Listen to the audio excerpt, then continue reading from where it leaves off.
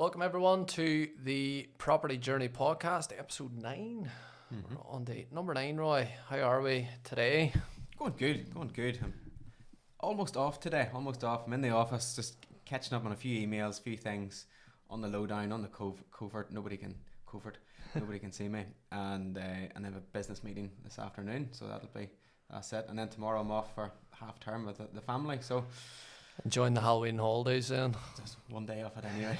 Squeezed in one day. Well, this topic today should be relatively natural for you to talk about. It is self-building. I know that you have a wee bit of experience yourself with self-building, so we're going to dive in and kind of discuss the different stages and understand kind of the self-building process essentially. Tell me, what is self-building then? So self-build is, as it says in the tin, so you go out and you have a site. So you either buy a site, or it's very traditional, maybe country folk, they own farmland and then inherit a site, or they're gifted a site by their parents, and you simply design a house and you build the house to your dreams on that site. Can you give me a brief overview then of kind of, I suppose, maybe the natural stages, kind of briefly, and then we'll maybe discuss them then further on. So you'd start off with, you have to get the site into your name. You have to own the site. Then you go through the planning process. So you speak with an architect, a designer, planner to draw up a house design that suits your needs, your dreams, your desires, and ultimately, even though it might be your dreams and desires, the planning service may not agree to it, so you have to go through all their processes. Once they approve it, then that gives you the permission to build the property. You have to go through, check the costings of it, so quantity surveyor probably go through price to make sure can you afford to build the property. Next, you would have a contractor who's going to build the house. So you're going to have one contractor to come in and do the whole lot and project manage it for you, or are you going to pull together all the different trades guys yourself? And finance, obviously, finance is the main thing. How are you going to fund it? Yeah. Because I think that's the main thing as well. Is that the self-building is going to be so rewarding to see your dreams or your dream house come true, but the financial side of it and probably the stress side of it, of actually going through the full process of getting it built. I'm sure there's, it's difficult at times. It can be a roller coaster of emotions. I know for myself, it was, you spend, days of excitement, when's it going to start, and then you see it starting. And then you go through the lows where, have you got can you get the money together for getting it finished? You run into difficulties. Then there's always time constraints in these things as well. When's it going to be done? And then sometimes you just think, oh my goodness, have I bitten off more than I can chew here? And you just wonder, is there light at the end of the tunnel?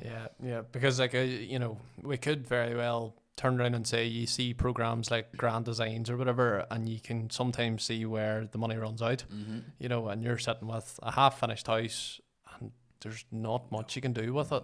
No. And the key thing, as you say, is money. A lot of people get carried away, and it's very, very easy. It's a slippery slope. You can very easily get just run away with it. I know myself, at the start of the project, there's just so many things that you maybe don't or haven't thought about, and you're pricing around just randomly. For instance, the likes of maybe windowsills, which if you haven't looked at a house, you wouldn't even think about it. Yeah. But once you start building, you start looking at all these small things, and then you're given a price of, well, do you go with the standard concrete windowsills, or do you maybe go with a granite finish? And at the time you think to yourself, well, it's maybe only a difference of a couple of grand or maybe £3,000, I'll go for the granite one. But if you start doing that on every single thing, before you know, your money's just gone. Gone.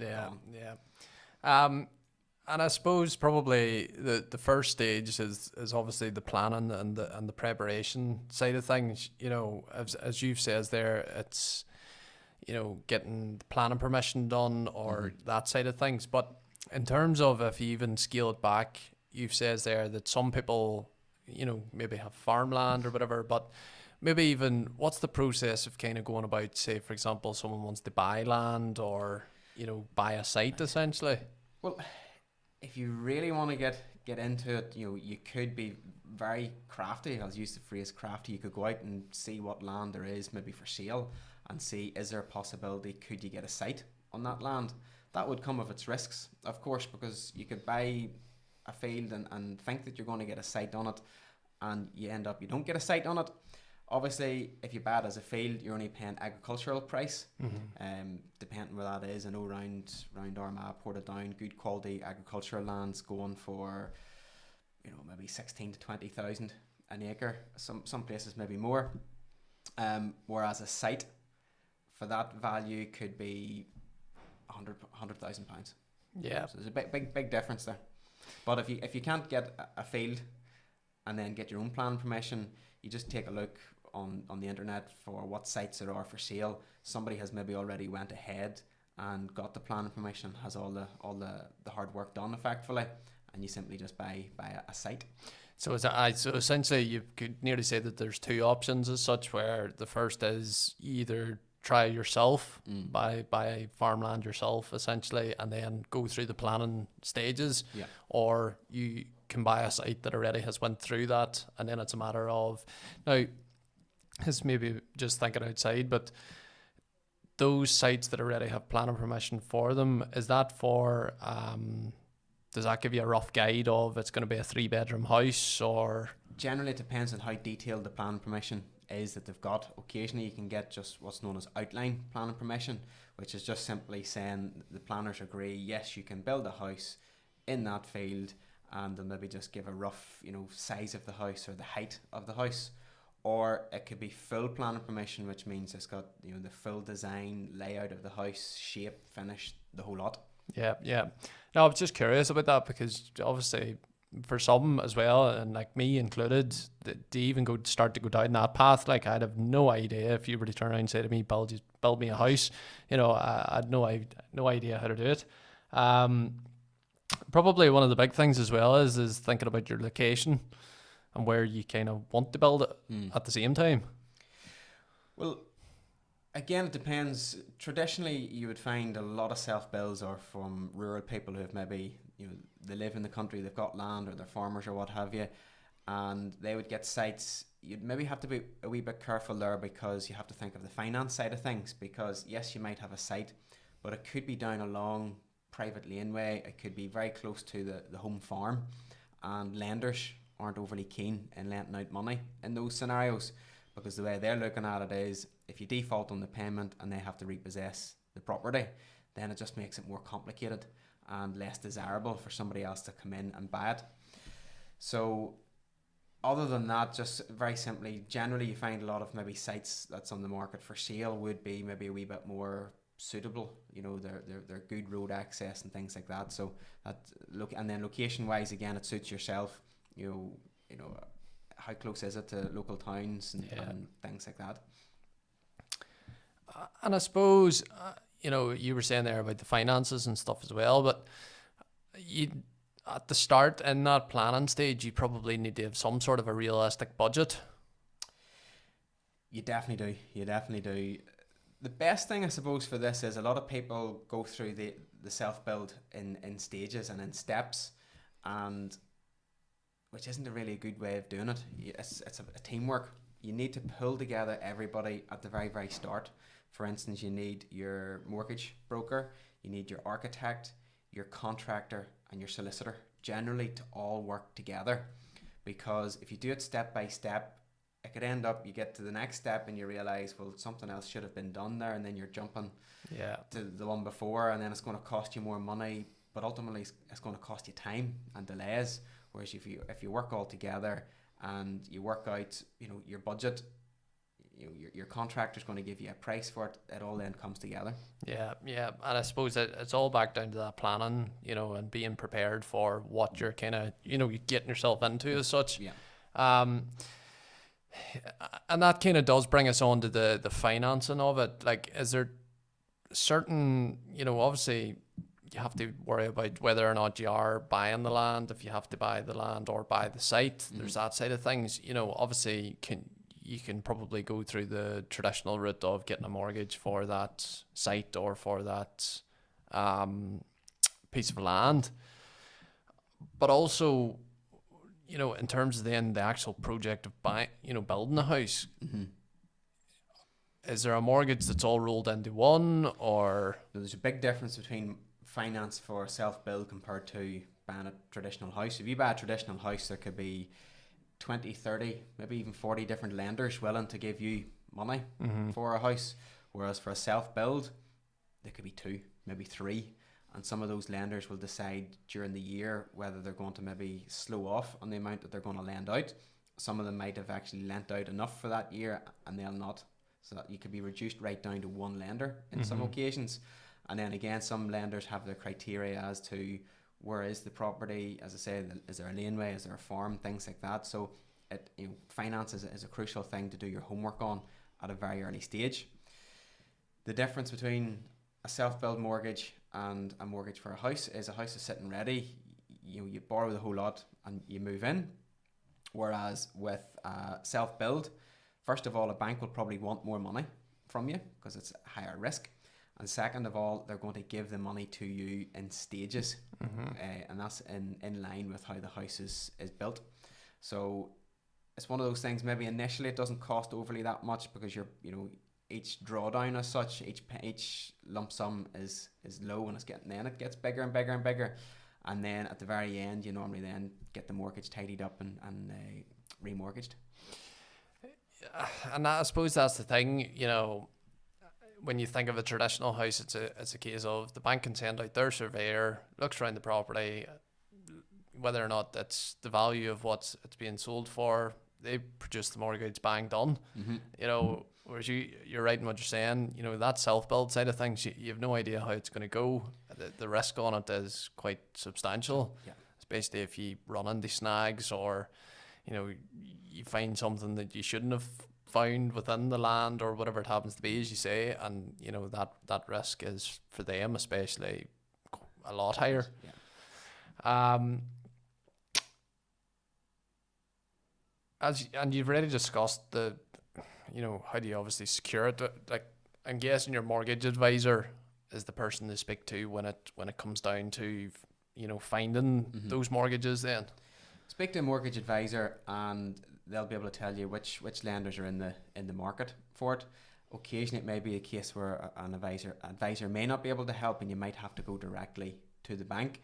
But as always, speak to an advisor because they're going to be able to find out, they can speak to a number of lenders at one go for you, which speeds up the process as well. And probably points you in the right direction at the same time. And I suppose actually I haven't even thought about that. I know we've talked about government grants and stuff in other scenarios, obviously with co-ownership and stuff like that there, but is there any incentives or government grants for self-building at the minute, or not that I'm aware of? I know years ago there was different incentives whereby maybe if it was an eco house or it was the energy performance rating was very low, there was different benefits and things like that and different grants. But there might be grants coming in the future over the heating systems, because the government's trying to push for not global warming, but to keep the emissions low. So they're going to be pushing for newer heat systems and things like that, probably more so in retrofits for traditional houses as opposed to new builds. So very simply, don't be banking on any sort of help. And I suppose the final sort of one in terms of the financial side of things is like, what would be the common, like, I suppose, challenges that you could face when you are self-building? Like, is there snags that are quite common in that side of things, or is it sort of each sort of self-build to their own? I wouldn't necessarily say there's common snags. There's things that maybe you wouldn't think of that could happen. Like, for instance, I've heard of different stories where maybe the foundations are starting to be dug and they realise that maybe the ground's a bit softer than what they realised, and therefore they maybe have to dig deeper or start to pile. It could be a scenario where maybe a bit of rock is hit, and therefore then you're into more expense and getting contractors in to quarry that out. I know, for instance, the likes of myself, with my self-build, I'd done everything that I could, all the due diligence, but even still, no matter what, just with the design of my house, I run into a snag over the roof, and there was a very like a round porch. I'd run into big difficulties with it during the build section, but during the design and everything, all the calculations, everything worked out. But it was a couple of days scratching the head on site, all the contractors together, wondering what on earth are we going to do here. But we were able to get it all fixed, but it did cost a bit more money. And that's the thing, as you say, it looks all well and good on design, and you know that, as you say, done the due diligence on it, done the checks on it, done the calculations on it, and then whenever you reach site, you realise, this is not going to work out. You know. And one big thing is, it's very difficult. What I experienced was, whenever you're designing a house and you're sitting with all these sheets in front of you, it's really hard to visualize, you know, the sizes of room, shapes of room, and things like that. And it's not until that you are, you know, like the house has started to be built, where you can actually start to visualize and see yourself in the room. And it could be things with the likes of, you're trying to plan ahead, and all you see is 4 block walls, and you're trying to visualize, where am I going to put the bed? Where's the sofa going to go? And you're trying to think, right, well, where's my electric sockets going to go? Where's my radiators going to go? And then it might be something where they're put in, or, you know, they're tracked, and then a couple of weeks later you realise, you know what, that's not going to work. Yeah. So there's added cost then in getting that rechanged and redone. Yeah. I suppose you'd nearly be better if you are pre-planning and thinking about that side of things, is kind of having like a, what I would call as an emergency fund, where, you know, you kind of and make sure it's a big one. Make sure it's a big one. So you've touched there on the likes of your design challenges that you faced in your own self-build, but like in terms of, you know, an architect or a design team, how do you even go about trying to find them? Is it again back down to reviews or recommendations? Reviews and research. So we have this natural tendency to get recommendations off people, and we just very simply say, ask somebody who's maybe, in this case, built a house, and said, who did you use and were they good? And somebody might say, yep, use such and such, they were brilliant. But you need to drill down into it and say, why was it they were brilliant? Because what they did so brilliantly for you may not be, you know, for yourself. And it all depends. Is it somebody that's going to have a nice design? Is it going to be very modern? Is it going to suit your needs? It could be something where maybe you don't like that real contemporary modern look and you want more traditional. Might be down to, how did the architect, you know, liaise with the client? You know, were they, you know, intense? Were they, you know, there constantly for them, or were they just simply a matter of, yep, you want your house drawn, I'll draw it? And that's, you know, there's all different types of service which suits different types of people. So really drill down into, you know, who has been used, why were they so good, would that suit you? And then go and speak to them, see if you gel with them, see if you can work with them. I suppose it's, you know, one of the good things I always find about a portfolio is you can actually see, you know, the likes of what people were designing, and you can begin to see their style of, you know, how they go about designing things. You know, if you, for example, want an eco-friendly, you know, building or house, there's probably an architect out there that specializes in eco-friendly, you know, design. So, you know, do a bit of digging and find out that person who's likely to be more beneficial to you than maybe a traditional one that's kind of just, you know, this is the style of house that I do, that's it. Yeah. You know, so I would agree with you there about, you know, digging down and doing your own research. Yeah. There's I'll give you an example. There's an architect that I've known or come across, and, you know, people feel, yep, use him, he's not that expensive, that's great, it'll be done quickly. And it's simply a matter of, you go to him, you give an idea of roughly what you want, he'll pull out 3 or 4 designs similar to what you're thinking of, say, here, which one do you like, pick it, and that's it. It's replicated, you know. And that could suit that sort of a person, because they don't want to think, they don't want to visualize it, they just want to build a house and call it their own cost. Yeah. Whereas you could have another architect, will be a matter of literally, right, let's go out on the site, we'll look at that view there, and we could visualize your, you know, your living room here, and, you know, the glass windows, and basically take you the whole way through the journey. And the difference between those two services are night and day, and ultimately cost. And it's back to, probably relaying to that said person about what you are looking for, what your want is. And, if someone's basically going to replicate another drawing and that's what you want, well then happy days, go for it. But if you want that full journey, as you say, then, go out and find that person that's going to take you right through it. Yeah. Probably then it's back down to then the considerations of what you want as well. Is it a case of you want a 3-bed? Is it a case of you want 4 or 5, or how many it is? And was there any customizations in, say, your site or the house that you built, that you kind of thought, I really want this room, or I really want to make sure that I can fit this in? See, this is the thing where you have to start to visualize and plan ahead. Well, how long am I going to live here for in the property? What are the different stages I'm going to be going through in life? And a lot of people maybe only think of now. If it is something where you're maybe planning to have a family, you need to think about, well, how many children are you planning to have so that you can accommodate them? And then you also have to think about, well, maybe what about older age? How are you going to get around the house?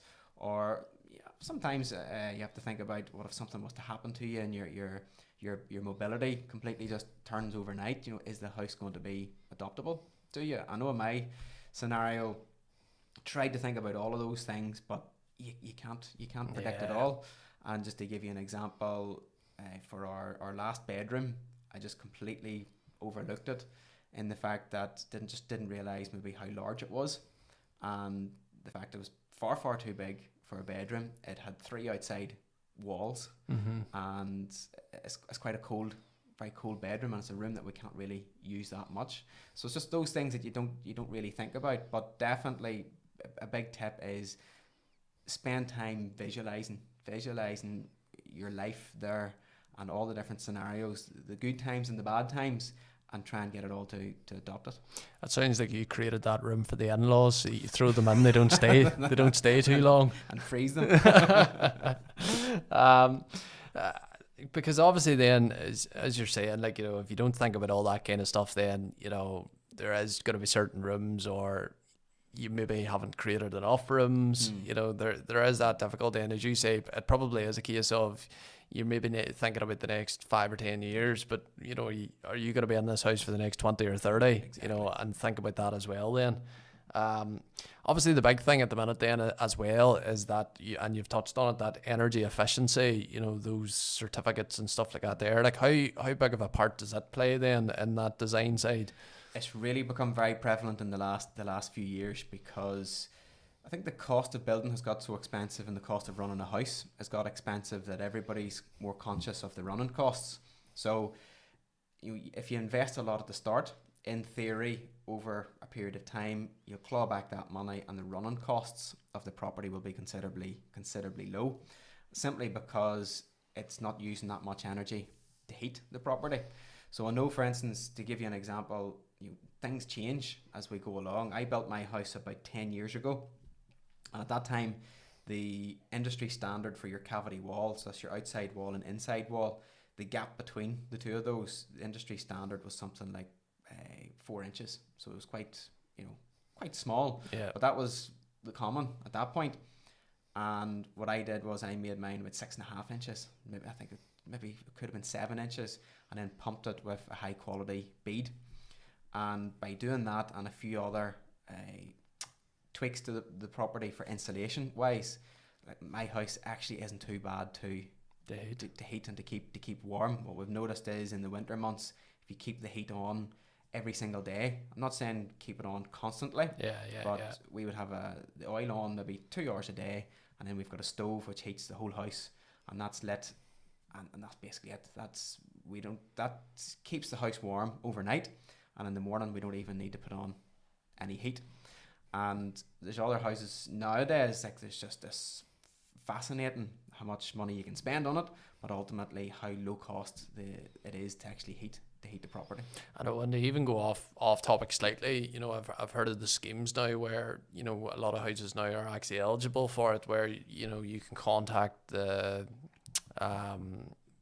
basically like an insulation team or where they can come in and assess the property about, you know, how well insulated your property is, and they can come in and, as you say, pump the walls, whether it's with beading or whether or not your house is going to be eligible for it or not. You have to do your own research. But, you know, it is a big thing now. I know my brother got it done, and the heat in his house now is fierce. You know, very rarely would he have to put the heating on in general. It just shows you how standards have changed and how they keep changing.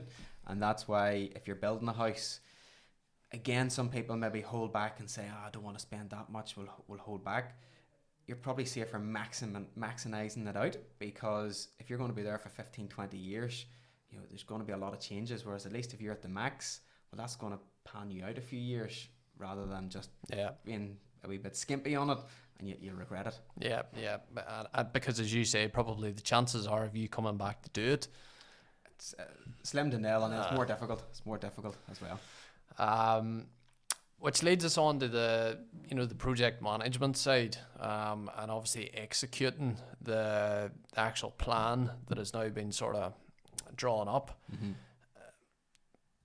Would you say that you were on site a lot? Did you have someone coming in that was managing the full sites? Well, there's two options. You can either bring in a contractor and they'll organise everything. So they'll bring in the digger man, the builders, the joiners, the electricians. They'll do all of that. In my scenario, I did it all myself, effectively. So I organised all those different tradesmen. Now, I would have been on site every single morning early to meet those guys. Would have tried to get there late in the evening just to check up as well. And then every night I was on the site. So when you have a contractor, all the donkey work is done for you. Whereas when you don't have a contractor, the donkey work's not being done. Yeah. So that meant every single night I was on site cleaning up, tidying up, getting stuff moved around, getting stuff organised. I was literally leaving the office at 5 o'clock, getting home, fed, getting my dinner into me quickly, down to the site, and would have been on site till maybe 10, 12 o'clock at night, and then back up again the next, and that was maybe six days a week. Yeah. For a good year, so it took its toll. There definitely is a lot of organising and a lot of running about after the guys. Mine was slightly fortunate, or very fortunate, I suppose, because my father-in-law is in the building trade, so he was able to keep me right. I was able to use his contacts as well. A lot of his contacts were used to working on sites, you know, other developments and other projects, and they're all working together. So there was maybe times, for instance, where had they not done that, they would have been phoning me as the owner to say, Roy, what about this, what about that? But because they'd all know each other and they work regularly together, thankfully there was times they were cutting me out and they were just going straight to each other. So the builder was maybe phoning the plumber directly instead of phoning me.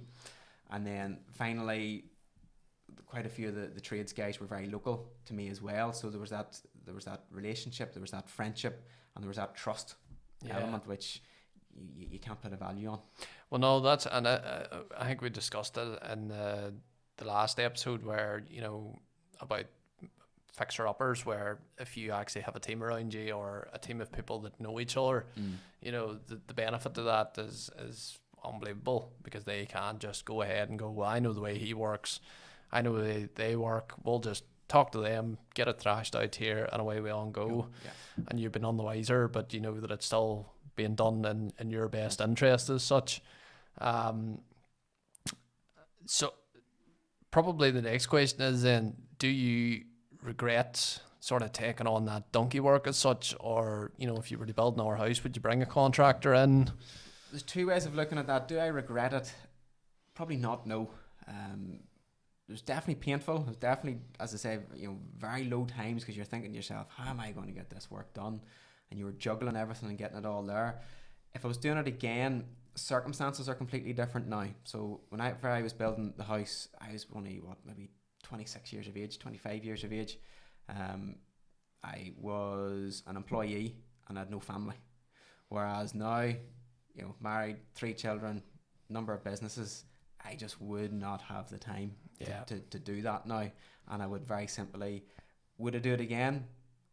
Give me another few years and I will, but definitely contractor the whole way. Yeah. And at least then, I suppose then you're just getting updates you know, or if there's any snags, they give you a quick call. You basically tell them what needs to be done, and then away on they go again, get it sorted for you. Exactly. And it's probably back to circumstances, you know, your own personal circumstances. You know, can you do what, say, for example, what you were doing, meeting them at 6 o'clock in the morning, maybe on site, then going doing a day's work, coming home dinner, then back out on site 12 o'clock, home 5 hours sleep, back up again. You know, it's challenging. You know, and as you say, it would take its toll on you. And at some stages, you probably think to yourself, "How am I doing this?" Or "Why? Why am I doing it?" You know, there's a myth. A lot of people do it because they think it saves a lot of money. Technically, it could, but it all depends on your circumstances. That probably suited me at the time because I was doing all the donkey work. So really, what I was doing was, instead of me paying somebody to do it, I was doing it. So that was like a wage, effectively, that I wasn't paying out, that I was saving. But ultimately, you know, if you have the time, fair enough, happy days, do it. But if you don't have the time, that's the difficulty. And then also, it probably caused me, yes, I would say I probably did save money on it, but it was more stress, because I can remember the likes of the garage. I built the garage and I got stuff moved into it, but that was only because I needed to use it. Yeah. But it was a complete roundabout way of doing things, because then to save the money, that was to save money just to get use out of it. But then I had to get at a later date, spend 3 or 4 days getting stuff moved out, cleared out, all the rest of it, to then actually get the floor put in and finished. So it was completely pointless. I suppose that's things in what you would call hindsight. Yes. Yeah. We've kind of talked about those challenges and stuff as well. Like, you know, it is, no matter what, you are probably going to find snags. You are probably, you know, in the middle of something, and, you know, your electrician falls sick, and before you know it, then you're 2 weeks behind or 3 weeks behind schedule. And that's the next question was, like, you know, trying to keep that project on schedule. I suppose that's probably one of the things that a lot of people would struggle with is, you know, we're going to give this 12 months and we're going to have the, you know, the house up and ready and we're going to be moved in, but it never really works out like that. No. And time as well, you have to be very conscious of it, in that if your mortgage, sometimes your mortgage will say to you, this house has to be completed by a certain date, or otherwise your mortgage is expired and you mightn't get that last payment. So if you're trying to do it all yourself, the likelihood of getting that all done in a year is slim. On average, you're talking a good 12 to 18 months.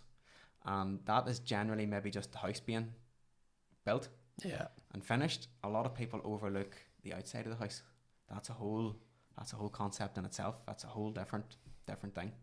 The actual the garden as such, and driveways, and design of it, layout of it, cost of it, and again organising and getting that all ready as well. Yeah, I know, because it's quite funny that especially around here, you can actually see a lot of houses that have been completed, people have moved in, you know, but the groundwork still hasn't been done, and you begin to actually see it, especially over time, where the groundwork still hasn't been done, you know, and you're driving past the same house at, you know, 6 months.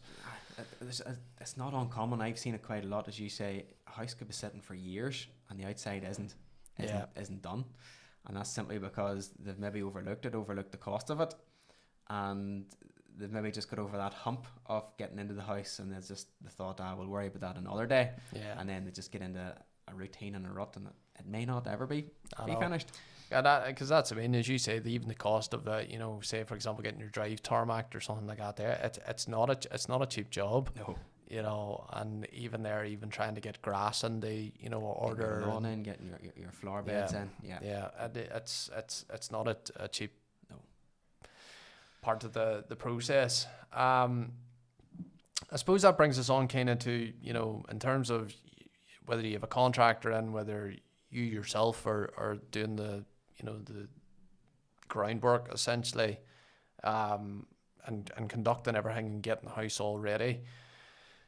In terms of that completion side of things, you know, the house is up, everything's in place, you know, you see a lot of people where they maybe kind of move in where there's still maybe a small amount of work needs to be done, or, you know, the outside's done, the house is built, but it's now just kind of the internal side of things need to be finished. But like, where do you sit then with, like, final inspections or, you know, the certifications, you know. So as you're building the property, you're going to go through different stages or different phases, and normally the bank will release money in those different phases. So certificates wise, you need the building control to approve the plans initially, and then at each individual stage they will come out and check it.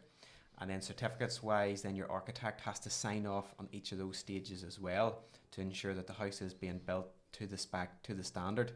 And then once the house is completely finished, then that's it, what's known as signed off. So it's signed off by the building control. So that means they've approved it and they feel that it's completely perfect and there's no issues with it structurally and the likes of that. And then second of all, it's signed off by an architect or an insurance company, which means that that's the house guaranteed structurally for maybe 7 to 10 years, to say that if the house, you know, subsides or falls down or anything like that, then there's a warranty in place to protect you. Yeah. And I suppose probably one of the things that I hadn't thought about then was as you say, the building control, that side of things. Like, what would be some of the snags that you can run into with them? Is it kind of, you know, the likes of the design of it? Is it maybe the exterior, kind of what you're intending to put on the exterior? You know, what kind of things can you run into? Well, the snags with the likes of that scenario would probably be flagged up at the very early stage, so basically at the design stage, as opposed to during the build. At the design stage, it might be the case of just randomly building control might decide, well, you know what, that window's maybe not suitable because it needs to be bigger, it needs to open out, for instance, because you need to have that as a fire escape window, or it needs to be moved. It could be something where they mightn't like where a door is because that could maybe create too much of a draft and it's a fire risk. You know, there's a number of different reasons that building control, they have, you know, they're there to protect you effectively. Yeah. So a lot of those snags will come up at the design stage, thankfully, as opposed to the actual construction stage.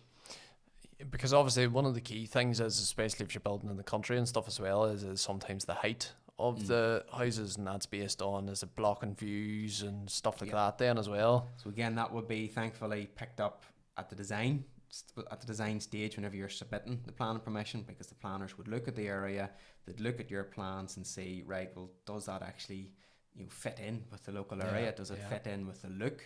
You know, because if all the houses beside you are all real traditional country houses, and then you're looking to build this futuristic, modern, completely glass building, more than likely it's not going to be allowed.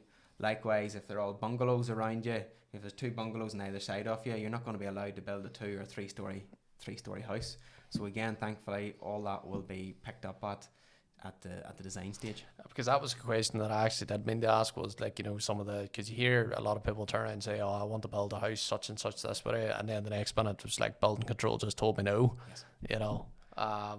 But in terms of then, as you say, then that completion side of things, you know, you've got obviously building control coming in, you know, is there any way that they can also help then, or, you know, maybe detect things in your house? Is that basically based on like maybe a survey or them inspections? Yeah, so they'll just come in at each stage and just check off on everything, and then at the very end they'll just do one final check, and then at that point, once it's signed off, that's them saying the house is perfect and it's suitable to live in.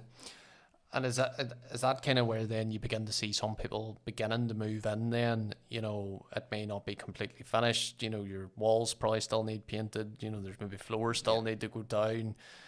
It normally comes down to budget. Sometimes in an ideal world, the house would be completely finished and it'd be all nice and clean and shiny, and you'd move in. I know for me, I moved in and half the house still had concrete floors. We didn't have a staircase in to get upstairs. It was definitely the bare basics just to get in. Didn't even have front steps. You were climbing up breeze blocks to get to get up into it, and walking into the hall, walking in round scaffolding. But you know, it was still it was livable. Yeah. And So again, a few months later, we just kept working at it, and we got it all finished. Because and as you say, it is down to budget, like, you know, and as well, some people obviously tend to either maybe sometimes move into, you know, say for example, a motorhome or something along those lines. That's kind of where we've moved out of our house, we're building this one, we need somebody to put our head down, basically. You know, that's what you're living out of, and at some point you probably just want to get into the house. So obviously, I suppose this would kind of touch on it as well then. Is there any like ongoing maintenance or those home improvements then for self-builds? Probably the garden's one of the main ones. It's no real difference to anywhere else. It's just, again, it depends on the size of the house and the size of the plot as opposed to the amount of maintenance. So if you're in a big plot and you have a big garden, well, you've a lot of maintenance. Not as if you're into gardening and you want everything tidy. And then likewise for the house, it's the exact same as living anywhere else. Again, it's just, if it's bigger, it's just going to need to be maintained a bit more. So probably then don't have a push lawnmower, have a ride on, like, exactly, you know, depending on what you're looking for. It's probably more so a lot of things that you overlook is maybe just later on when you're maybe modernising things or changing things, it's much more costly because in general it's probably a bigger house compared to living in the town. And everything is much bigger, so it's going to cost more to, you know, it's bigger wooden floor to put down, there's more tiles to put down, it's a bigger bathroom, so it can be a wee bit more costly. Yeah. What would kind of be your advice then to someone that's maybe considering a self-build project then? I'll break it down into teamwork, as I said, so definitely at an early stage bring everybody together, your financial advisor or your mortgage broker, your architect and your contractor and your solicitor all together and plan it all out. So that's at the very early stage. Then what else? During the stage, I would say definitely enjoy it. It's a journey that you're going on. Enjoy it. Don't be rushing too much. Don't be, you know, sometimes there's this tendency to, oh, I wish I want in, and you're pushing and pushing. Just enjoy the journey and take a lot of photos. That's one regret. I didn't take enough photos of it to be able to flick through at a later stage. And one big thing is don't forget that you have to furnish the house. So whenever you're working out the costing with the contractor to start, most of the time that's really only for building the house. Doesn't cover the furnishings, doesn't cover the outside of it. To furnish the house alone is crazy. You know, you could go for a kitchen from $5,000 to $50,000. You know, bathrooms are endless prices, even carpets, sofas, all of that. That was something I had overlooked. I was, whenever I was building it, was right at the deep of the recession, right at the deep. There was no finance out there. There was no loans out there. There were no jobs either. It was crazy. And every time I was doing my figures, it was always about just get the house finished. And then once we started going in and starting to buy everything, you realise, flipping forgot about this. Yeah. And then likewise outside, as I say, the focus for me was just to get the house, but then outside was another ball game, getting it curbed, getting the garden done, getting it tarmacked, you know, the gates, electric gates, all of that was all another two fortunes. I was going to say, Roy said enjoy yourself, but that means enjoy the process, not enjoy splashing the cash. Keep a rein on it. Keep a rein on it, because it is very easy to get carried away. You know, it's like you're going into all these showrooms and you're constantly seeing the real, the top class, the nice stuff, and that's what you know. Fair enough, if it's your budget and it suits, you know, knock yourself out. But you know, be careful not to get carried away, because to talk about the finance in a greater detail, there's the different stages of the mortgage, and where a lot of people get caught out is that final stage. And if you've maybe spent a wee bit too much as you've gone along, that final stage to get signed off by building control is probably the biggest stage that has to be done. That's when you have to have the kitchen in, you have to have a bathroom in, it has to be livable. And if you haven't enough money to get to that stage, you can then, as in money yourself, the bank won't release that last payment to you. So it's a catch-22. You need the money to get signed off, to get the money back from the bank. And a lot of people run dry at that point, and then that's where the difficulties arise. And that's where there's a shell as such with nothing inside it. Yes. And And I suppose probably the last bit is, you know, obviously when you're self-building, you're supporting kind of, you know, maybe local tradesmen or local people that you know, people that you're pulling in that, you know, maybe your parents know that have recommended as well. And I suppose there's a good feeling about that as well, that, you know, these people are kind of helping you create this project, but at the same time, you know, you're helping them with essentially a job as such at the same time. Absolutely. I know, again, sharing my experience, at the time, it was the deep of the recession. You trades guys were clambering over you just to get a job, begging you for a job. And there was times that, you know, yes, you still got prices, but there was times I maybe could have got a tradesman who was a lot cheaper and a lot, you know, cheaper to pay, but they weren't local. And as opposed to, you know, a lot of my neighbours, maybe some of them actually cost me more than what I could have got it done. Yeah. But then later down the line, that's paid dividends for me, like the likes of the electrician. You know, if I needed something checked or did something wrong, or you know, figured out, he's my neighbour. I just simply got him. Yeah. The likes of the gates, anything goes wrong, he's a neighbour. Left the phone to him. He's passing the house every day. Pops in. I need to phone you again about that one, Richard, just if you're listening. But all those just those local guys, the neighbour guys, you just lift the phone. You're seeing them on a regular basis, and it's just trust. And as you say, you just feel good to be able to help the local community. Well, as you say, if that was the deeper recession, you know, it's one of those things where you help them, they help you in the future. Yeah. You know, they were the ones that worked on it. They'll maybe know the house inside out. They'll, you know, I suppose it's back to sort of business at the same time as well, where, you know, if you support someone, the chances are they'll not forget about that. Absolutely. You know, so it's good in that sense. Well, that's probably an overview of self-building. I'm sure there's probably plenty of points that we haven't touched on. Is there anything springs to mind, or are we kind of nope, that's kind of covered? If somebody's going through the process, you know, feel free, give me a shout. I love talking about it. Any of my clients that are going through the process, I always tell them, take loads of photos and send me the photos, because it's brilliant being involved in it. Yeah. Even though I'm only a small cog in it, sorting out maybe the legal side of things for them, but it's great to know that one small cog has created such a fantastic future family home.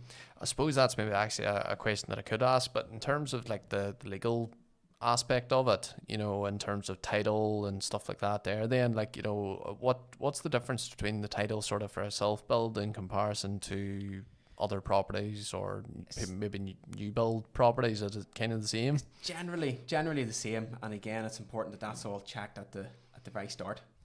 You know, a lot of people, if it's family land, they maybe go ahead and plow on and do, you know, get the digger in, get the builder started, and they maybe don't even have the house registered or the site registered in their name. So it all keeps coming back to the teamwork at a very, very early stage. Yeah. Well, that's episode 9, self-building. Rather enjoyed that one, Roy. Thank you, Chris. And it's great to even hear your sort of side of and your experience of going through it as well. So thank you very much. You're welcome. And for anyone else, if you've got to the end of the episode, make sure to check out any of the previous ones, and as well, hopefully we'll have plenty more in the future. So thank you. Thank you.